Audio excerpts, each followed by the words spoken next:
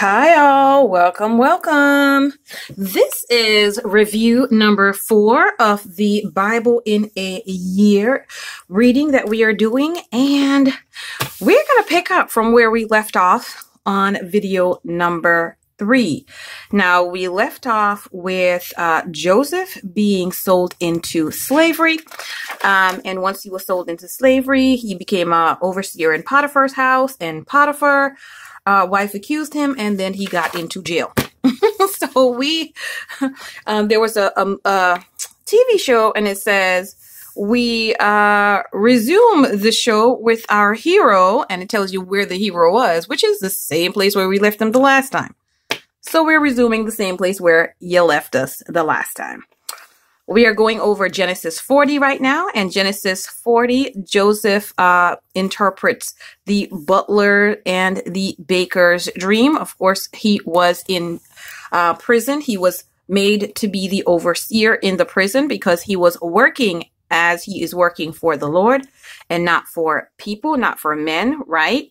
So that work is different. So he became the overseer. He interprets the dream of the two individuals, which one was going to be restored and one was going to be lights out. That happened.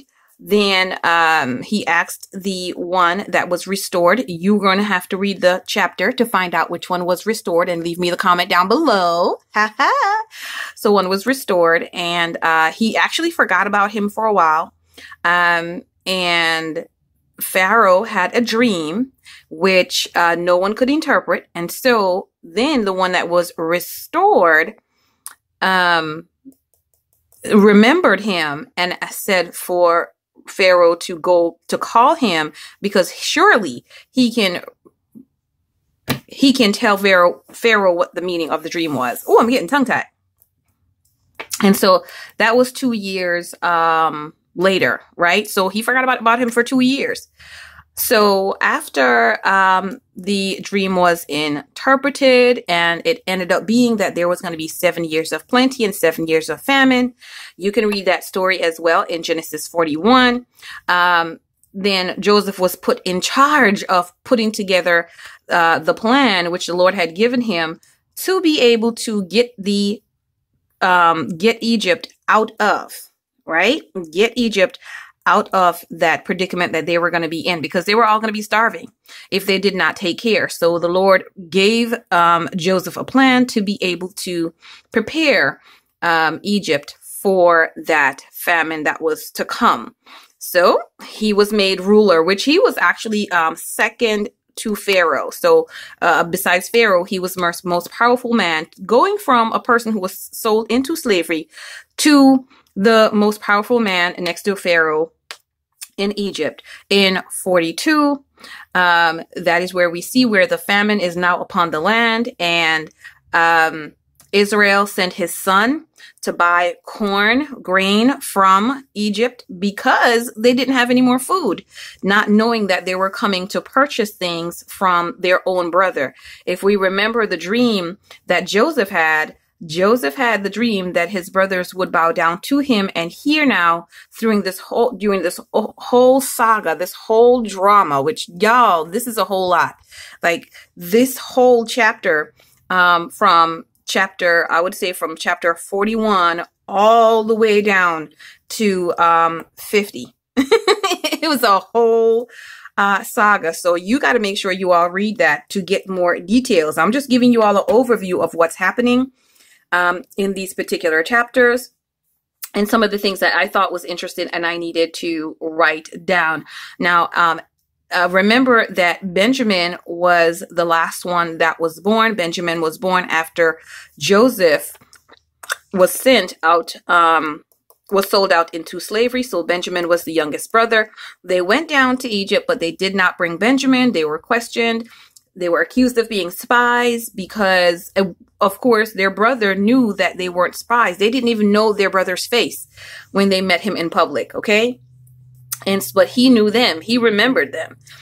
But they did not remember what he looked like, because remember, he was only 17, around 17 years old when he was initially sold into slavery. And they were older. So it went, and we had a whole bunch of drama happen between that In Genesis 44, Joseph put a silver cup. This is when they did go back a second time with Benjamin. Joseph put the silver cup in Benjamin's sack, sent his manservant after them and say, hey, you people have stolen things from my master.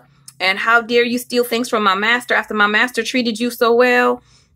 Gave you back your money plus extra grain. I'm gonna need y'all to come back with me because that's what's gonna happen.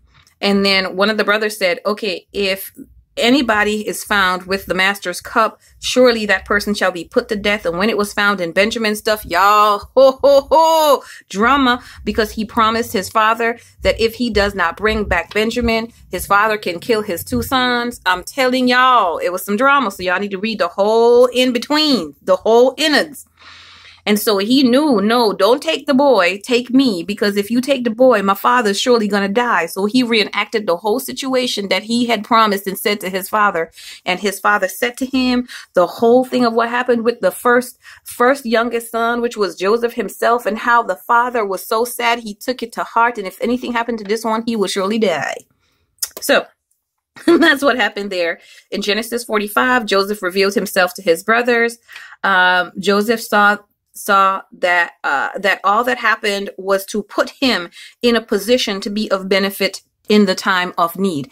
So imagine if Joseph was not sold into slavery, if he was not faithful and resisted Potiphar's wife and be thrown in jail to be overseer, and to interpret the dream of the 2 individuals that were in the jail, to be remembered by one of those persons, to be referred to Pharaoh, and if he was not blessed by God, to be able to have the answer to Pharaoh's dream and the plan. Joseph was the man with the plan.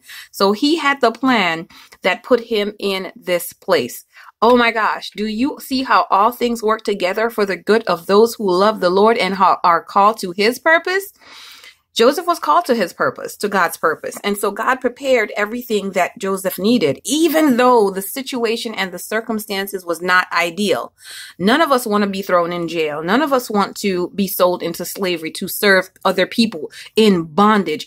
None of us want that. However, sometimes those things are because we need to be put in a position. And in order for us to get to that position, we need to be in certain predicaments, right?